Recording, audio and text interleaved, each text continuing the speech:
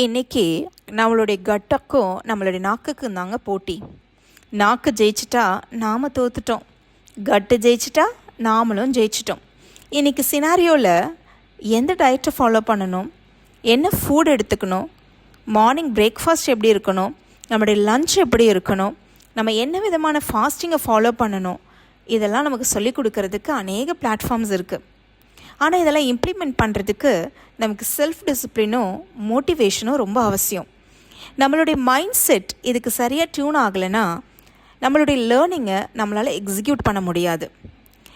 இந்த லேர்னிங்கை எக்ஸிக்யூட் பண்ணுறதுக்கு ஒரு 3 விஷயத்தை கற்றுக்கலாம்.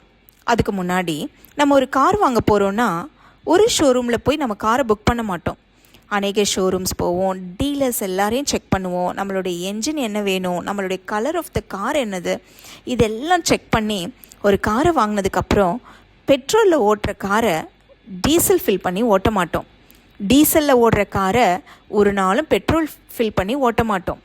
ஒரு எலக்ட்ரிக் வெஹிக்கிளை எடுத்துகிட்டு போயிட்டு பெட்ரோல் ஃபில் பண்ண மாட்டோம். ஒரு குட்டி லைஃப் ஸ்பேன் இருக்கிற ஒரு காருக்கு என்ன ஃபியூவல் கொடுக்கணுன்றதில் நம்ம ரொம்ப கான்ஷியஸாக இருக்கிறோம்.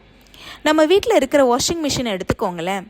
இன்றைக்கு வரைக்கும் இந்த ஃப்ரண்ட் லோடுக்கும் டாப் லோடுக்கும் இருக்கிற டிட்டர்ஜெண்ட்டில் இருக்கிற மெக்கானிசம் என்னன்னு நமக்கு புரிஞ்சதே கிடையாது.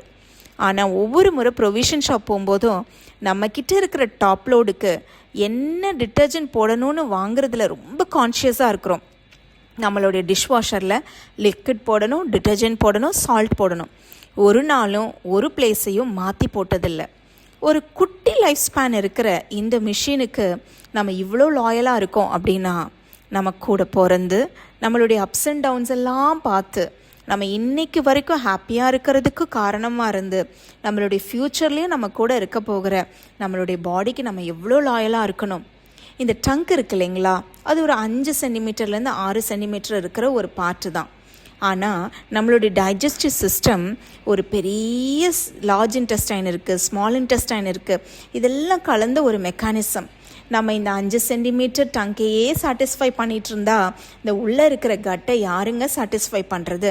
அதுக்காக சாப்பிடக்கூடாதுன்னு நான் சொல்லலை.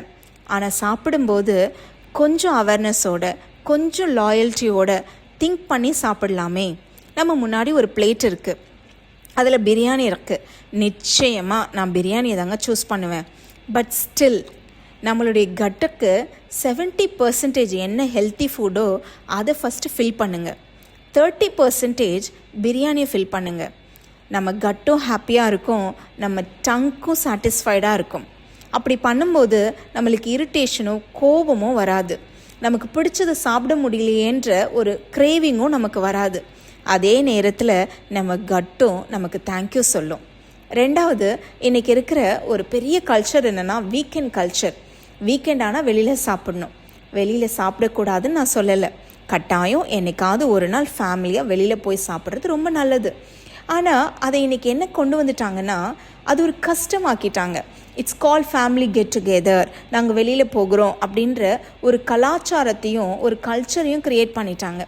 யோசிச்சு பாருங்களேன், வெளியில் போய் ஒரு லாங் க்யூவில் வெயிட் பண்ணி நம்ம டோக்கன் வாங்கி இல்லை பேரை கொடுத்து நமக்கு ஒரு இடம் கிடச்சி அது கம்ஃபர்டபுளாக இல்லாமல் இங்கேயும் அங்கேயும் ஒருத்தர் உட்காந்துட்டு நம்ம ஆர்டர் பண்ணதை ருசித்து சாப்பிடக்கூட முடியாமல் அடுத்து வரவங்களுக்காக நம்ம எழுந்து சீக்கிரமாக போகிறதுக்கு உட்காந்து சாப்பிட்ற ஒரு இடத்துல இருக்கிற ஃபேமிலி கெட் டுகெதரை விட நம்ம குடும்பத்தில் அம்மா சமைக்க, அப்பா காய் கட் பண்ண, பிள்ளைங்க கிச்சனை க்ளீன் பண்ண, எல்லோரும் சேர்ந்து வந்து உட்காந்து நல்லா சிரித்து பேசி அந்த இடத்துல நம்ம ஒரு ஃபார்மல் சிட்டிங் இருக்காது. நம்ம ஒரு கேஷுவலாக உட்காந்துருப்போம், காலை நீட்டிட்டு உட்காந்துருப்போம். ஒரு குழந்தை எடுத்து அம்மாவுக்கு ஊட்டும், ஒரு அம்மா எடுத்து குழந்தைய கூட்டுவாங்க. அதில் ஒரு சந்தோஷம் இருக்கும், ஒரு சிரிப்பு இருக்கும். இப்படிப்பட்ட ஒரு ஃபேமிலி கல்ச்சருக்குள்ளே நம்ம வந்து சாப்பிடும்போது நம்ம வெளியில் அதிகமாக சாப்பிட்றத நம்மளால் குறைச்சிக்க முடியும். வெளியில் சாப்பிடவே கூடாதுன்றது நான் சொல்லலை, ஆனால் சாப்பிட்றத கொஞ்சம் குறைச்சிக்கலாமே.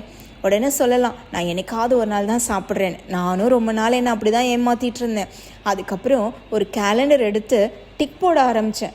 அதுக்கப்புறம் தான் தெரிஞ்சுது, ஒரு நாள் பிரேக்ஃபாஸ்ட் சாப்பிட்டா ஒரு நாள் டின்னர் சாப்பிட்ருக்கேன், ஒரு நாள் ஈவினிங் ஸ்நாக்ஸ் சாப்பிட்டா ஒரு நாள் லஞ்ச் சாப்பிட்ருக்கேன். ஆக மொத்தத்தில் மாதத்தில் பாதி நாள் ஏதோ ஒரு ரீசனை சொல்லி வெளியில் சாப்பிட்ற மாதிரி ஆகுது. ஆனால் வெளியில் சாப்பிட்றத கம்மி பண்ணுறதுக்கு நம்மளுடைய ஃபேமிலி டுகெதர்னஸை நம்ம வீட்டில் நம்மளுடைய டைனிங் டேபிள்லேருந்து ஸ்டார்ட் பண்ணலாம். 3வது ரொம்ப முக்கியமான விஷயம், காலையில் எவ்வளோ வேணால் சாப்பிட்டுக்கோங்க, மத்தியானம் எவ்வளோ வேணால் சாப்பிட்டுக்கோங்க, ஆனால் சாயங்காலம் 7 மணிக்குள்ளே உங்களுக்கு பிடிச்சதை நீங்கள் சாப்பிட்டு உங்களுடைய ஃபுட்டை முடிச்சிட்டிங்க அப்படின்னா ரொம்ப டென்ஷனாக ஒரு டயட் ஃபாலோ பண்ணணும் அவசியம் இல்லை, ரொம்ப சிஸ்டமேட்டிக்காக ஃபாலோ பண்ணணும் அவசியம் இல்லை. கொஞ்சம் அன்போட, கொஞ்சம் ஹாப்பியோட, நல்ல ஒரு ஜாய்ஃபுல்லாக இந்த 3 விஷயத்தை ப்ராக்டிஸ் பண்ணும்போது ஒரு பர்டிகுலர் பீரியட் ஆஃப் டைமுக்கு மேலே நீங்களே இந்த கல்ச்சருக்கு அடாப்ட் ஆகிடுவீங்க. இதில் ஸ்ட்ரெஸ் வராது, பெயின் வராது.